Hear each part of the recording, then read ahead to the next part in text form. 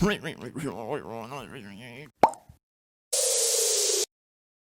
everyone, and I welcome you all to Terraria. In my last video, I made an effort to bring traction to a small indie game. This time, the indie game will run its track over me and my girlfriend. Terraria is one of the games of all time. What the fuck, dude? It's plenty of content, plenty of linear progression, and we will be playing this game on Expert for the Worthy, because I, for one, embrace the suffering. This video will go all the way to Wall of Flesh, the end of pre-hard mode, and this was far more challenging than I could have imagined. There's bosses that I loved, and some bosses that I hated with fuck you. With no time to waste, I make a character named Poobd. We make a dashing character, and well, he looks familiar. We select our character, create a new world, and begin our adventure. We get into the world where we meet Durham, the starting NPC, whose only job is to blow you up, it seems, but he also happens to be our black market bomb dealer. A few seconds later, my girlfriend appears, and with hours of research before playing this game, she and I got right to work. She does not know the world of hurt that she has gotten herself into. Because Expert for the Worthy, if you don't know, makes enemies much more dangerous, and with loads of other changes that I'll list here, although I can't list everything, but pause if you're curious. We start the house, finish the house, and this devious little pink fuck is encroaching on our land. We then promptly spend 2 minutes killing this pink blob with our pool noodles for weapons. We were not paying attention to the time, however, because after the kill, it was nighttime. And oh dear.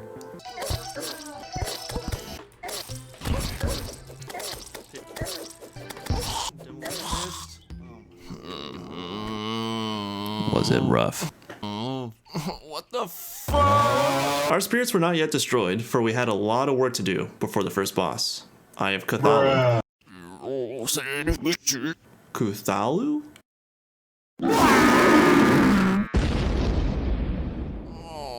Why do you always do that? Is it, Cthulhu? Oh, no. You're goddamn right. Haley is part wood elf in real life, and we found this, our new home. I had no say in the matter, but wasting no time at all, we set our sights to the depths. We need better shit, plain and simple. Wooden gear is not gonna cut it. We found the mushroom biome, and my god, was it cool.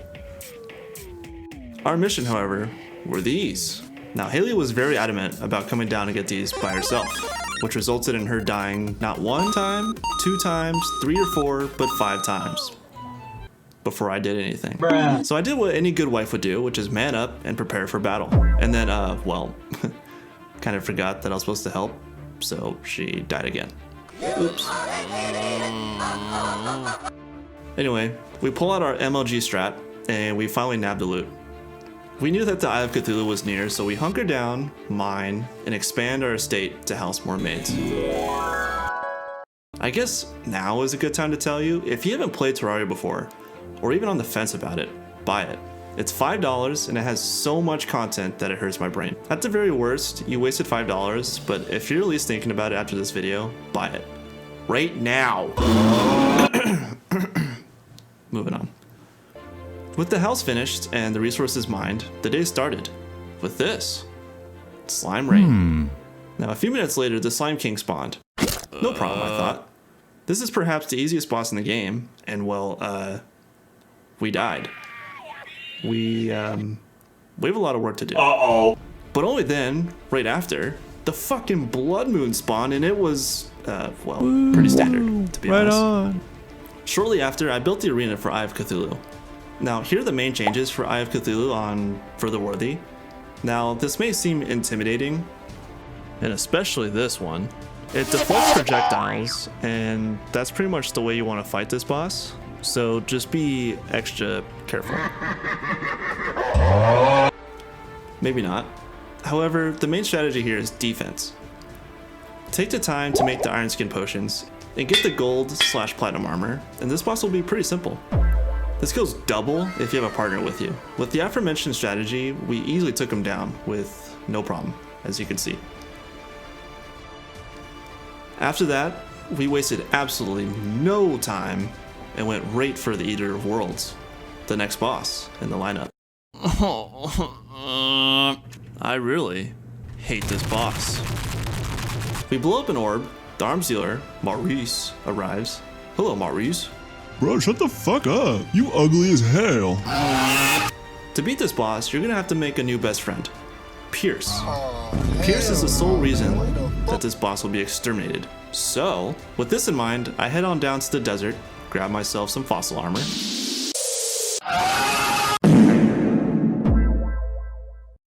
and piercing arrows. This boss should be a piece of cake now, right? Well, time will tell, I guess. As I get ready to build the arena, and let me tell you something, my ability to build an arena is the result of laziness. For this reason, my life will be turmoil by the time I hit a wall of flesh. I'm gonna say the N-word.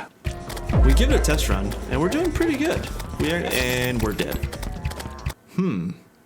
That's weird. It could be a fluke. Let's run it back. So we're doing pretty good again. We get into and we're dead. It only fucking goes out. I fucking had him. Okay. God damn it. Yeah, remember when I was telling you about Pierce? Do not run this boss without piercing arrows. Just don't. Also, there's a secret item in the game. The spiky ball. Now this combined with piercing makes this boss look like a pool noodle. And luckily, the Goblin Army spawned. Immediately after the Goblin Army, I wanted revenge. So here's the stat changes once again, along with my gear changes. I built a new arena, set the spiky boys down, and we were off to the races.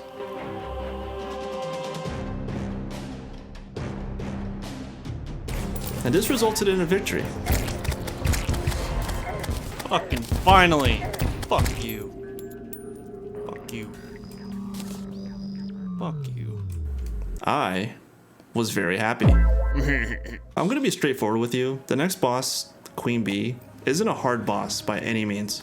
The strategy here is to just abuse your Shield of Cthulhu when she dashes, and she will dash 3 times, and then she shoots bees at her butt. Oh, and equip a Beezor, or like that thing that grants you immunity to poison, and that's the fight. Easy peasy. We now move on to the Bony Boy. Fellas, I want you to know that I straight up did not have a good time. Once again, I built a really bad arena, and my death count was 18 times for this fight alone. Holy fuck. And I'm about to whoop your old ass, man, because I'm sick of playing games. In this mode, the way I see it, you got 2 options. Mobility, which in Further Worthy, vertical mobility is restricted due to the sky chest requiring golden keys. So you have to get really lucky with Skeletron and be really, really good at dodging, which I am not. Which leads me to option 2, build a minecart loop and make this fight trivial. Now I know what you guys are thinking, that's cheating. And once I beat him, yeah, I kind of agree. But there's no sign saying I couldn't, so, you know, my server, my game, my rules. No, I'm kidding. But here's some of the boss changes, and if you're fighting this without a minecart, much respect and good luck to you. The strategy for the minecart loop, well, you're looking at it. Not too much to say here, other than have fun and try not to get dizzy. Just absolutely goofed on him. Get goofed on. Wow, that didn't feel right. Didn't feel right at all. With the defeat of Skeletor, I immediately entered the dungeon. Now in Further Worthy, there's no changes to the dungeon, so I knew what to expect. I can promise you, however, that nothing really interesting happened. And I was only after one thing, the Shadow Key. Yoink. With this key, I went to hell and unlocked all the chests I could find. Which, wasn't many, but it gave me restoration potions, which would be critical in my Wall of Flesh fight coming up. Please help me. The Wall of Flesh in Further Worthy is one of the bosses of all time. I spent an ungodly amount of time fighting him.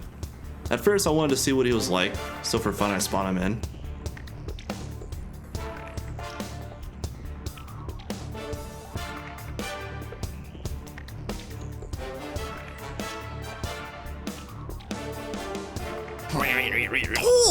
Okay. Is that your worst? So I got to work on the arena and bridge, and it was actually built correctly this time, for once. And then I accepted the challenge and summoned him.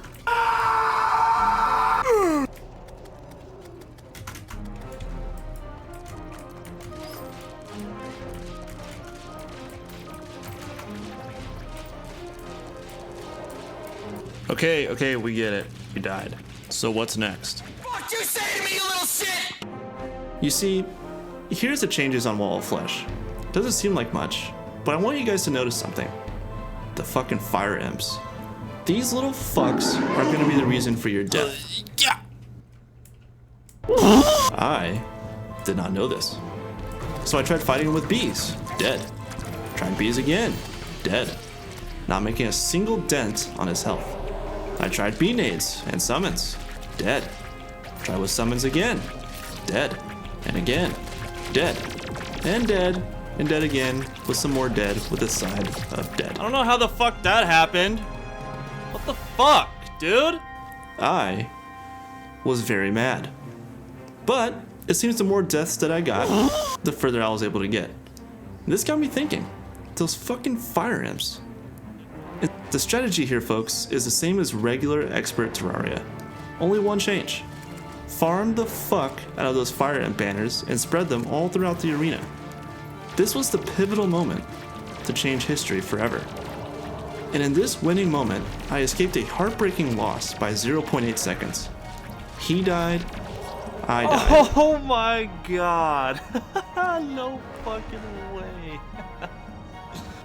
It was almost poetic. In this winning moment, we enter hard mode. Where we think the journey was traumatic enough, well, there's always bigger fish to come and tear your head off. I have played Terraria many times, however, and playing it this way has reignited my love for the game, and I haven't even gotten to the modded side yet. But if you guys want me to finish out this journey, comment down below and subscribe. Anyway, I hope you guys enjoyed the journey. I have my therapist appointment to attend to, thanks to this video. Until next time, goodbye.